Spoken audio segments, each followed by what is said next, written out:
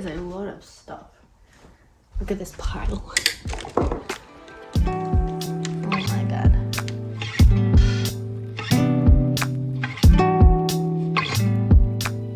Hello and welcome back to my channel.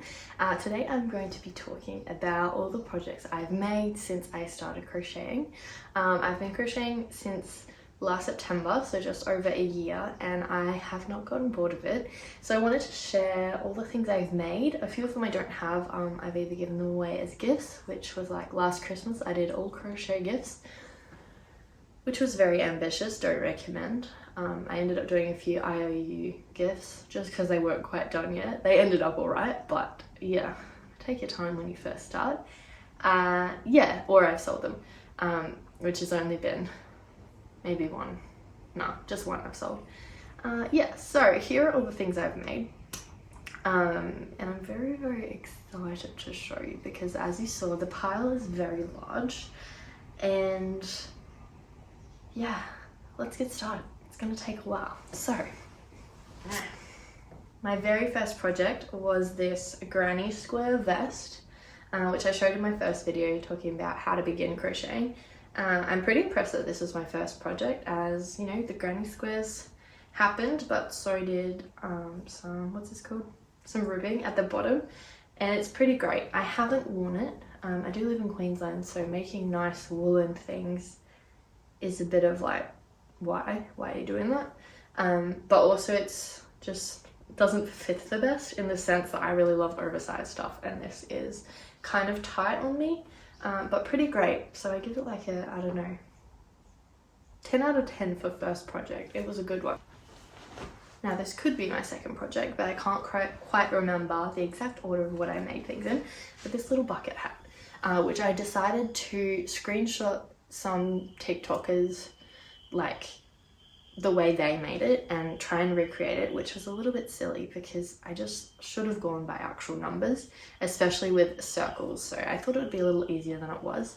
As you can see, I had too many stitches in my first little round, so it's got a little belly button, as did another hat I made and have just undone. So in learning from this one, I would do 2 strands of cotton if making a cotton yarn hat. Just as it is a little bit too floppy. So again, great project, but yeah, I don't wear it, and I have put it in the pile to take apart and reuse the yarn. I also washed it with some blue clothes, and so now it's not quite white. So also in the dye it probably section. So in between that project and this shirt, I made a lot of presents. I think that was around Christmas time, so I made a bunch of little kids bucket hats, which I'll put here. And then a vest for my mum, which was mohair, which worked out really easy, which is crazy because I'm trying to recreate the exact same thing for myself at the moment, but it's just not working, and I've given up, and it's in a bag back there because I'm done with it, and I sneeze so much when I'm making it. I sneeze a lot, so yeah, not a fan of mohair currently. But this project was something I was very proud of making. It was very much Pinterest inspired. But I love the colors, I love the top. I wish I had have brought this down a little bit further because boobs wise it just cuts like right at the bottom, but not all the way at the bottom, which would have been great. But it's really good, taught me the mesh, and it's also free-handed, as are all my stuff, except for like random YouTube tutorials. I haven't bought a pattern yet. I bought a stitch book, which is good. Yeah, so that's that. Love it. It's pretty cute. Nice to wear, a little bit tight, so maybe if I blocked it, it would stretch out a bit. But again, very proud of that one. That turned out pretty well for like a very free-handed top. Next, I made a checkered tote bag. So this guy made on a plane for if you do have hay fever. Crocheting and wool, not the greatest idea, but mostly I use cotton. So this is a cotton from Abbey Road from Spotlight. Again, great way to learn the check design. I wish I had have reinforced the handles a little bit, like maybe with a double strand, like in the top row, and then double stranded handle. That's what that's called. And I have been tempted to unpick this because I like wish it was a little bit more reinforced here, but I do still love it, and it's a great just general tote bag, and it's quite weighty, so I do like that. Yeah, but all in all, good project.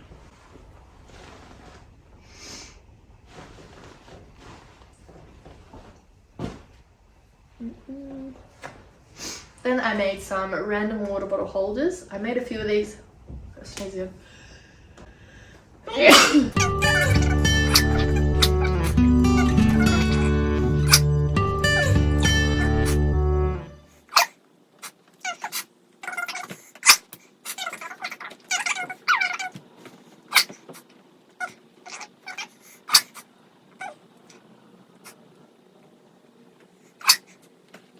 It feels like it's over, maybe. So this water bottle holder was a great little one. I've only used it once, as with multiple of my first projects, and I made one for my husband. It was made of macrame cord, so it's quite pardon me, quite quick to work up and very like sturdy cotton. But macrame cord is quite expensive, so wouldn't really recommend, but it works out well.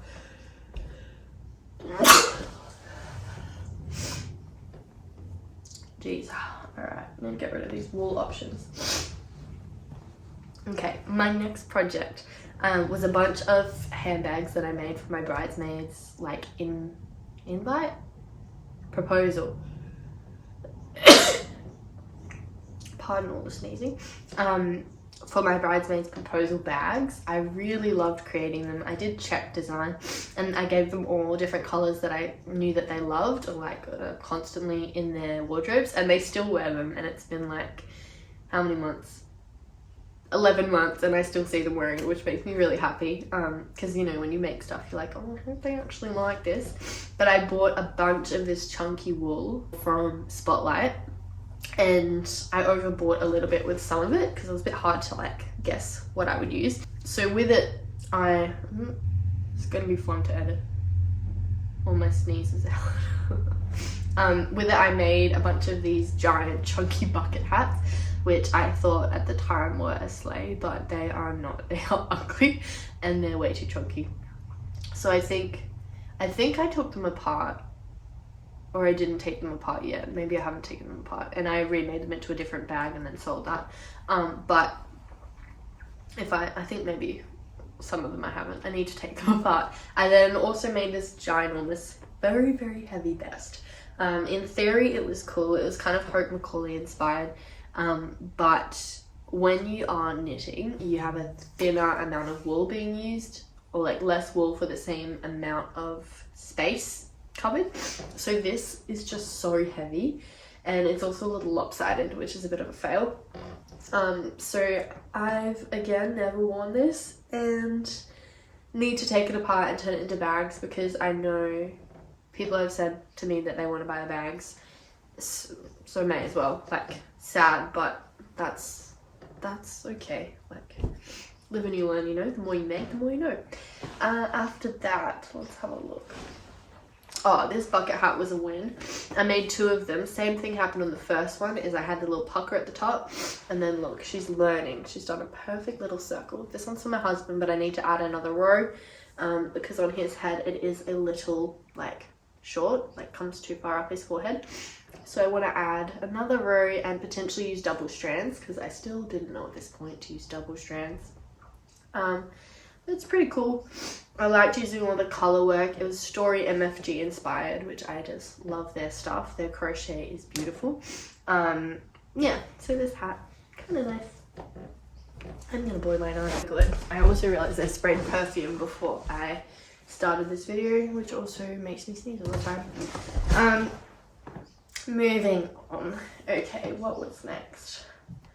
I actually don't know the order, so these I made at some point this year. This was a granny square tote bag made of cotton. This is where you can see the Spotlight wool doing its little pilly thing, which some of it does with too much use.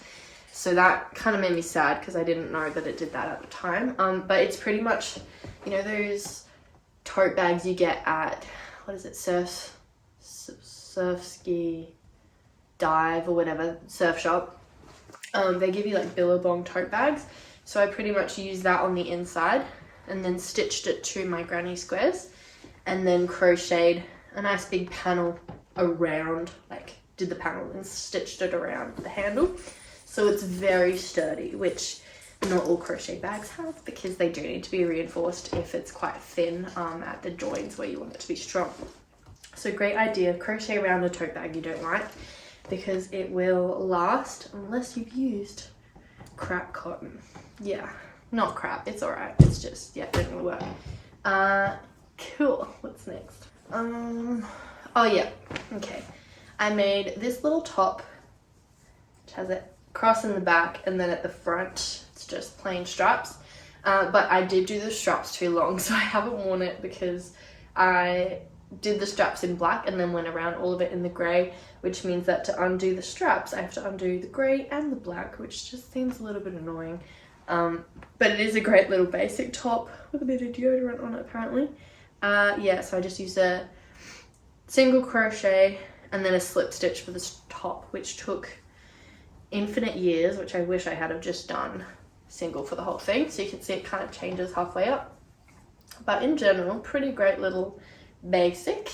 Not counting on it lasting super long though because of the cotton I use, so sometimes it's worth paying a little bit more for cotton that doesn't pelt. Moving on to my hexagon shirts. Now this one was my first one that I made and I completely winged it.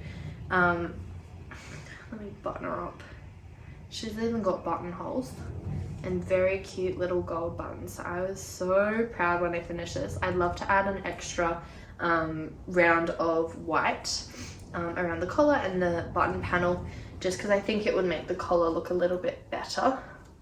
But for winging it, this guy is pretty gorgeous. So yeah, I like it. It's cropped and I tend to like things a little bit longer, but color wise gorgeous.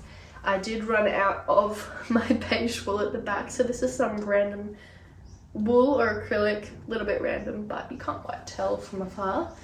Yeah, so pretty good. The collar's super sweet with a little bit of a stripe at the back, and then the top is just the hexagon part folded down, which helps if you have a little bit of sewing knowledge on how collars are structured, so you can kind of wing it in a sense, but if you know the basics of how collars work, then it helps. Yeah, so that's my first hexagon shirt. Love. I guess we would go straight into my second hexagon shirt. So for my husband's birthday, he wanted one, and it got finished maybe 4 months after his birthday. So this is what I'm saying with gifts, like don't assume you'll get it done by the date. So this is the IOU shirt, but it turned out really well. So it's a lot bigger than the first one. He's a lot broader than I am and longer. So I extended the bottom with those little stripes. Turned out super nice, little brass buttons, and then again the back just looks great with that stripe, I think. This one took so long and I was so bored of it because I'd already done the first one, and I tend to not like to do the same project twice. It is very soft, again with the spotlight yarn, hoping it doesn't peel, which would be so annoying because I spent so long making it.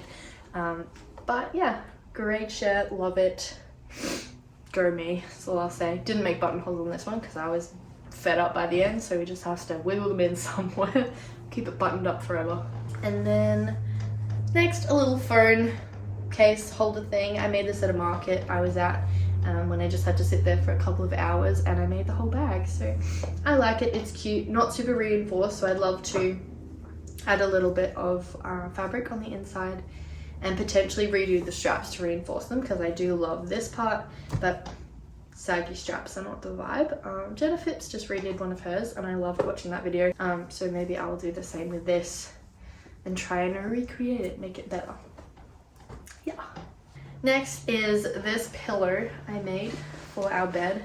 Unfortunately it is down of some sort, and so it squishes so much and takes a while to poof back up, so it kind of looks a bit deflated a lot of the time, but I really do love it on our bed. It looks pretty beautiful with its little green, and then it's reversible, so I flip it depending on what sheets we have on the bed.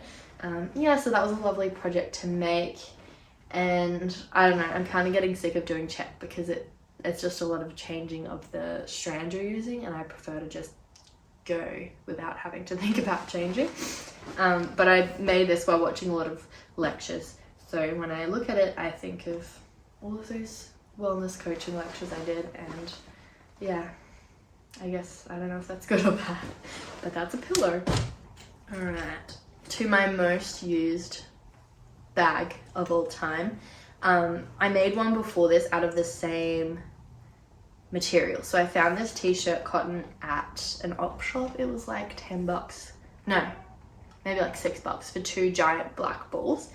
And I bought them not really knowing what I would make with them, because at the time I hadn't seen anything like handbag wise on TikTok, which is now I see all the time, which is cool. So I made this bag after the first one, because the first one was, again, floppy. Handles were terrible. So I doubled up the yarn using both strands, and this is my everyday handbag. I use it all the time. I have some nice bags, but I prefer this one because it's the perfect crossbody and it's a really good size, fits all my water bottles, and just got a little tie on the inside. So just a normal single stitch and really nice handle structure, which is what I love. It is very heavy, so I wore this in Sydney on our trip recently, and I found my shoulders did hurt even though there wasn't a lot in the bag. So bad for all day wearing, I guess, especially if you're buying stuff and putting it in there, trying to jam it in. Like, it fits a lot, but it does get quite heavy. But this is such a simple project that I made in like one day, maybe. Was also watching a lecture, and yeah, I love it. I love it so much. I use it all the time. Next, it's all scrunched up because I used it in the pool the other day and it's been in my shower. But this is the little bikini I made. I made this for our honeymoon and I like it a lot. Cotton in general, like, it doesn't get wet the best. Like, it's okay, but it tends to get quite heavy and floppy. So making sure that all your straps are adjustable is important when you're doing it. But in general, it's quite cute. I'd like to make a matching bottoms. Yeah, but it's pretty good. Pretty good little project. I like it. And then little things I've made are like coasters. I have a lot of these pretty much in all the rooms of our house. Instead of actual coasters, I made little crochet ones because they're so cute, and they're also great to use up yarn. And in the stitch book I have, it had a bunch of different granny square patterns, and so to try and learn new things, I practiced making a bunch of different granny squares. So this is one of them. It had like the fillet type thingy going on, so it just means you've got stitches missing at certain points, which does help to have a pattern. But I'm not the best at reading patterns. I get really frustrated because this is like, I think this is the only pattern I've followed in my life, and it worked out, which is good, but I don't know how people follow big patterns. It's my challenge for one day. Yeah, so my final project is one I completed yesterday. So it's still outside blocking, and I am so proud of it. It took a really long time because it's multi-stitch. And it's just beautiful. So I'll show you what it looks like now. This is what it looks like. It is blocking because the sleeves are a little bit short, which I made on purpose because I do like the look of things once they've relaxed a bit after being washed. So I think it looks pretty good now. It looked good before on, and it looked fine size wise before, but it could be lengthened in the sleeves. So that's what I've tried to do with blocking. And then yeah, I'll post a TikTok at some point of what it looks like on dry and beautifully washed. Yeah, I'm very excited for that to be finished, but it was a great project. It took a really long time. I can't remember the creator that I was inspired by her jumper, but it went very viral, so I'll try and tag her below if I remember. Yeah, but those are all of the things I've made since I started crocheting. I'm sure there's been a few I've missed. I literally just walked around the house finding stuff that I made and put it in a big pile. So yeah, that's it. If you do have any questions, please let me know. Most of them, or all of them, are free-handed, so I don't have patterns, nor do I want to make patterns, because I'm not good at counting and I don't really want to monetize this. So yeah, that's kind of all I have. I hope it inspires you to make something, try something new, get a hobby. I think it's really good for all of us to have something that isn't work, that is a little bit tricky. That means we're learning, we're playing. Yeah, it's healthy for you. Just do it. And hope you have a good day. Have a good week. See you next time.